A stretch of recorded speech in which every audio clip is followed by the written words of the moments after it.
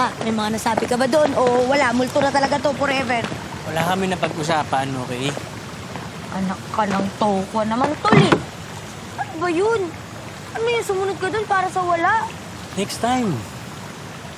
Next time, ewan ko sa'yo. Ewan ko saan ka dadalhin niyang next time. Teka, tol, bakit ba kayo kinu-corner mo? Di ba ikaw yung may sasabihin? Ano ba yun? Ang gusto ko sa'yo eh. Magaling ka talaga sa menggoy eh, no? Ano nga yun? Tol, tol, kumapit ka. Oh. Tol, DJ manager na ako, tol. Wow! Agad-agad? Saan yan? Si Trixie kasi, kinausap ako. Sabi niya kukunin niya ako dun sa bagong bubuksan niyang bar. Ayos ah. At least malapit lang. Magkasama pa rin tayo. Yun nga eh. Kailan ba yan? Pag nabili niya na yung bar, Hindi ba sure? 50-50. Ko po. Labo mo naman kausap, tol. Eh, magiging naman sabi ko magiging manager. Magiging.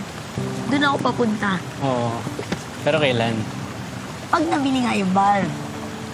Pag nabili. Oo, ano yung mamanage ko? Inis Ikaw mo na yung lang. sarili mo. Manager ka na ba? Pwede ka mag-artista.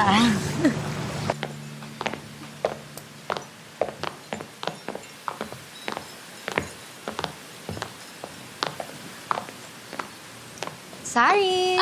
Po? Sandwich? Banana chips? Banana chips po. Baka you want coffee? Ay, iced. Sure, joke lang. Saan kayo galing ni Martin? May meeting lang po kami with Tito Ronald. Tito. Kapamilya ni Martin? Hindi po, tatay po ng friend ni Sir Martin. Personal meeting. Hindi po, para po sa investor na hinahanap ni Sir Martin. Para saan yung investor? Nag-team building ba tayo tapos ganyan yung diskarte mo? Anong diskarte? Ikaw lang may sabi nun eh. Huwag ka nga magmaang-maangan, Martin. Huling-huli ka na. Ang sabihin mo, gusto mo, kayo lang yung may upper hand dito sa hotel. Lumalabas talaga na wala kang alam sa business, Luna. Pera ang pinapasok ng partner, ha? Na minamanipula mo para pumabor sa'yo. Martin! Luna! Ano ba nangyayari ah? Ba't nag-aaway na naman kayo? Yung kuya mo kumukuha na naman ng partner na hindi sinasabi sa ating lahat. Kung di pa nadulas tong si Sari, hindi ko malalaman. Ano? Totoo ba yun kayo, Martin? Yes. May kinakausap ako. Bakit di mo sinabi sa amin ni Kuya Leo na may hinahanap ka? Because it's not a done deal.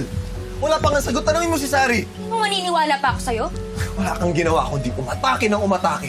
Bakit hindi mo muna subukang intindihin kung ano talagang ginagawa ko? Iniisip ko lang yung interes ng pamilya namin. At pinoprotektahan ko ang interest ng hotel.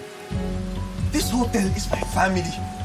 Wala kaming pera on our side. At kayong mga almasan, wala kayong pinapasok na pera para makatulong. Hindi pa ba nagsisink in sa'yo, Luna? Urgent matter ang pagbabayad ng utang sa bangko. Bilang general manager, hindi ba dapat yun unang iniisip mo bago ang interest ng pamilya mo? Pinangako ko kay Dad na gagawin ko lahat para sa pamilya namin. Kasama doon ang hotel na to.